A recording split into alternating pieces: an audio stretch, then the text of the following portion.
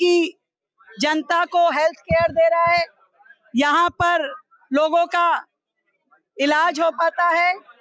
इस बड़ी शख्सियत के नाम से जो हॉस्पिटल था, आज वहाँ पे संघ के 100 वर्ष पूरे होने पर सरकार के द्वारा डॉक्टर हेडगेवार साहब की मूर्ति लगाए जाना हम सब के लिए बहुत ही प्रेरणा का विषय है।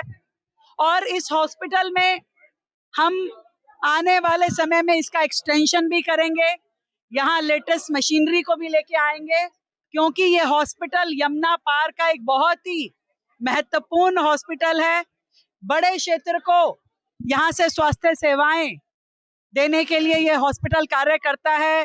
लाखों जनता इस हॉस्पिटल पे डिपेंडेंट है, इसलिए इस हॉस्पिटल के जीर्णोद्धार के तहत यहाँ पे अनेकों काम करने की सरकार की योजना है। आने वाले समय में यहाँ से बेहतर स्वास्थ्य सेवाएं हम यमुना पार के निवासियों को देंगे। सुषमा जी हमारी बहुत ही प्रिय नेता रही हैं।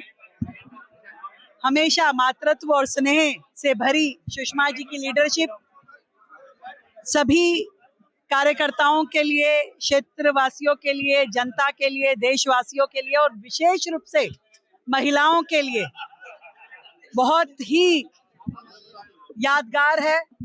हम आज भी उनको बहुत याद करते हैं कि ऐसी शख्सियत सालों में कोई एक होती है या पता नहीं मुझे, पर मैं आज भी उनको बहुत मिस करती हूँ। वो मेरे जीवन में एक बहुत महत्वपूर्ण स्थान रखती हैं और रखती रहेंगी। ये हॉस्पिटल श्रद्धेय डॉक्टर हेडगेवार जी के नाम पे है और उनके नाम पे कुछ भी नहीं था, तो ये मूर्ति का अनावरण करना, और ऐसे शख्स डॉक्टर साहब थे जिन्होंने राष्ट्रभक्त, राष्ट्र सेवा सिखाया है, तो ऐसे आदमी की मूर्ति की स्थापना होनी चाहिए।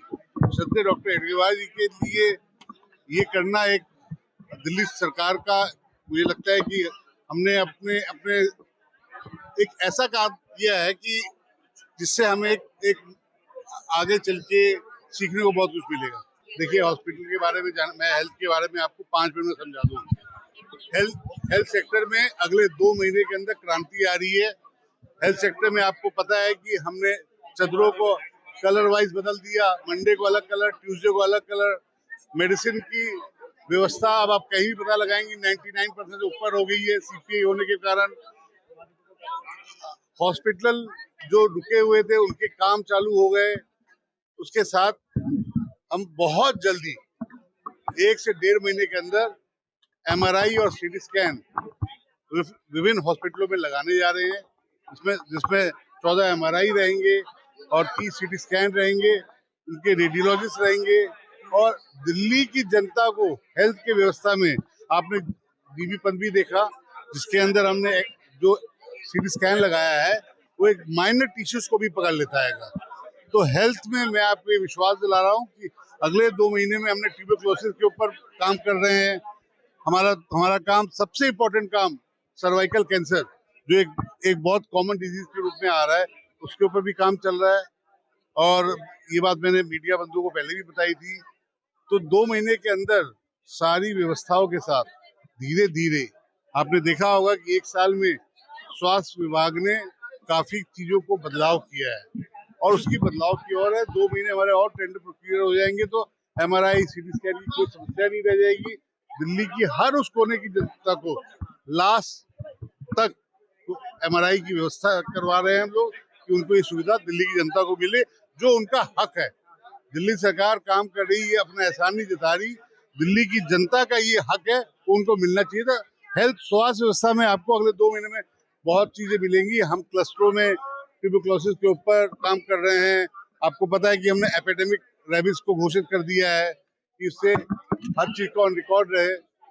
तो हेल्थ के ऊपर आप कभी भी चाहेंगी तो हेल्थ के सेक्टर के ऊपर डे बाय डे, यहाँ पे हमारे MS साहब ने जो बात बोली, पहले यहाँ पे गायनेकोलॉजिस्ट नहीं थे, यहाँ पे गायनेकोलॉजिस्ट डिपार्टमेंट बंद हो गया था, चालू हो गया। यहाँ पे 5-5 पेशेंट्स आती हैं, जिनकी डिलीवरियाँ होती है।